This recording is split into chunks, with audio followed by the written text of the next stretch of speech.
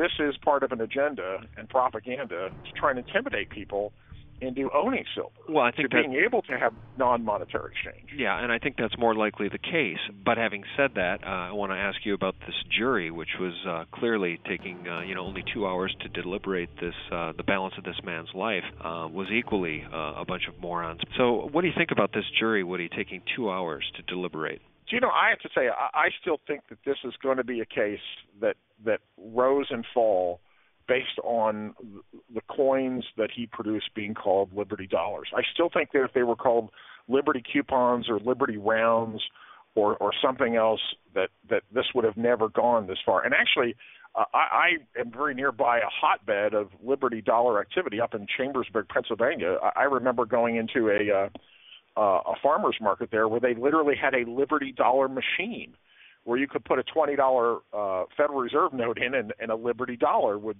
an ounce of silver would drop down from the bottom. So there were places around the country where this was very much a hotbed activity. But I think at the end of the day, the argument that the prosecutors got to make that a currency that looked like a silver dollar, that called itself a silver dollar, was in fact an effort to counterfeit money. I think that was a argument that probably made sense to those jurors. But if it was, a Buffalo round or an Amex round or something that was just another silver round, I don't think they could have ever made this case by the same way that some of these other barter currencies like Berkshires and other ones around the country, I don't think they could make this case against them. So, Woody, just as it relates to our fiat currency and all of us being domestic terrorists for embracing silver, it's interesting. I guess that makes Virginia and Utah economic terrorists as well, as their state houses consider proposing gold and silver as money. What do you make of that? Well, yeah, I think that just shows the preposterousness of this statement by this U.S. attorney who either just does not understand the Constitution and what's going on in states, or in fact is engaged in trying to suppress the idea of that people are using barter and that we may end up with some type of a gold or silver currency. Okay, well, let's transition to what's now unfolding, the horrors unfolding in Japan right now, Woody. As though the tsunami wasn't bad enough, now we're seeing what essentially is a nuclear Armageddon, and that's absolutely true for the 120 million plus people living on the island nation of Japan.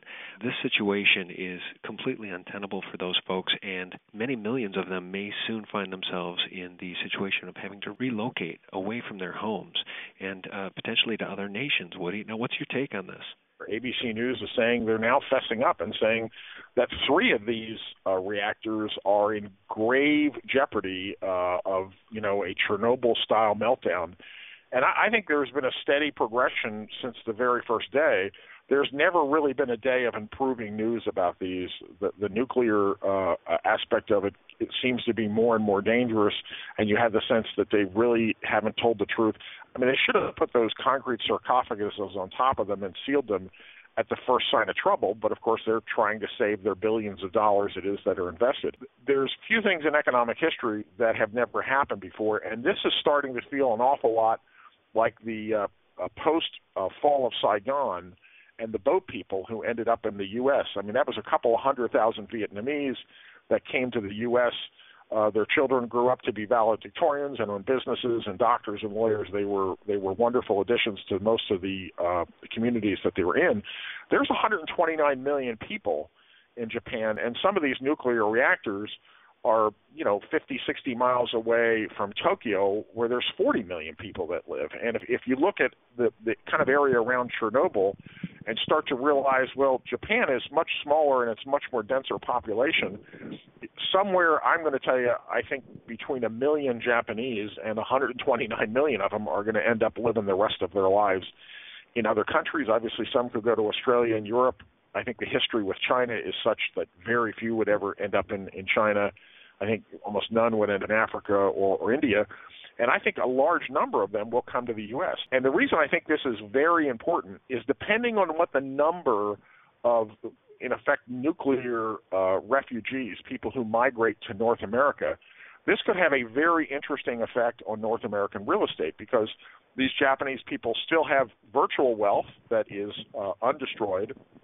They're certainly going to have settlements from insurance companies for their physical property that was destroyed. And if they get to the U.S., they're all going to need a place to live at a time that our housing market is literally in catastrophic shape. And I'm not predicting that we're going to have a new bull market or a bubble in North American real estate. But if you get enough people coming in and they have resources coming in, they all need a place to live, this could certainly put a bottom in U.S. real estate. These people are all going to be buying new furniture and new cars and other things in the U.S. It could certainly postpone a hyperinflationary event in the U.S. for a little bit. It certainly would be a very interesting dynamic if the number of people who left Japan was 10 million, 20 million, 50 million people.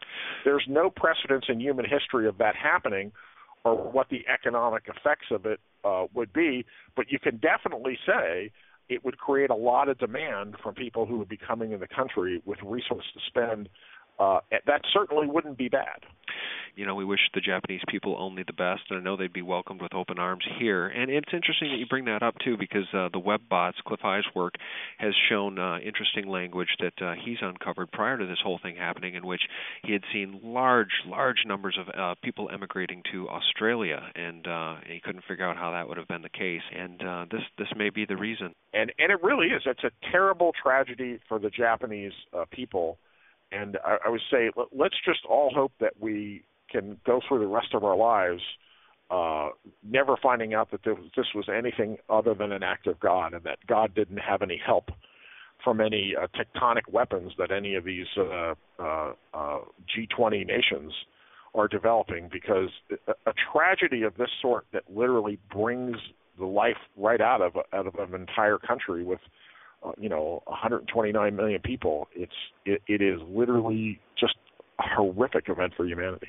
Yeah, and angels don't play the type of harp you might be talking about, Woody. We'll let our viewers dig into that a little bit. Woody, as always, a great pleasure to have you on the phone. Guys, Woody O'Brien from abolishfiatslavery.com. Check out his site. Woody, let's talk again real soon. Absolutely. Take care now. Thank you, Woody. See you soon. Bye. Okay. And as always, guys, thanks for watching.